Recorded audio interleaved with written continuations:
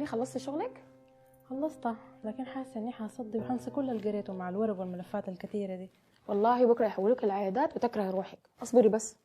اها، وريني شمر امبارح حصل فيه شنو؟ ما حصل حاجه، هذا كسرت لسانه ديك. دكسه برضه، الواد ده اندلق عديل، بس بيني وبينك ما تجرب تديه فرصه يا فطومه. فرصه شنو؟ انت قايلانا في الجامعه يا بيت، انا بيت حاج حمد النيل، يعني فرصته الوحيده يسوق عربيته يمشي المحل يا ابوي. اللي انا شايفاه يوسف ده مناسب، على الاقل مساره مختصر وما حيجي بعدين يقول لك ماشي هتخصص. تعرفي يا مودة، انا عندي 2 من اخواتي، واحده اتزوجت والتانية خطبت، والاتنين انا شفت نتيجه تسرعهم في المواضيع دي، فبقت عندي خوف كده من مواضيع الارتباط.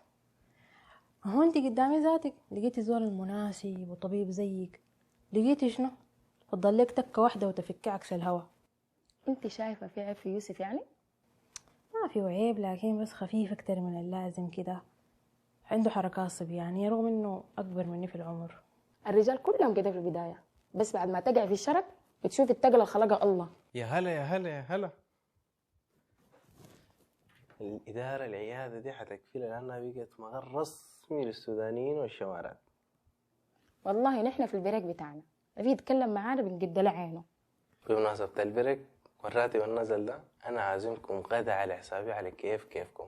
ايه يا يوسف، بطل حركاتك دي، كل مره عازمنا بدون ما تستشيرنا، المره دي خليها علينا. أنا طلبت الموضوع ده انتهى، لكن انت ومودة هتدفعوا حق العصير في الكافي بعد الدوام.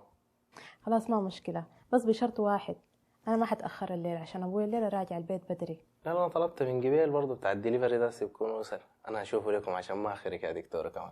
الواد ده عايزيننا احنا الاثنين نتكافئ، وهو عارف الليله جدولي ما بيسمح. الواد ده عبقري. اسمعيني، راح نشرب لنا حاجه قبل ما نطلع نشوف العيانين فوق.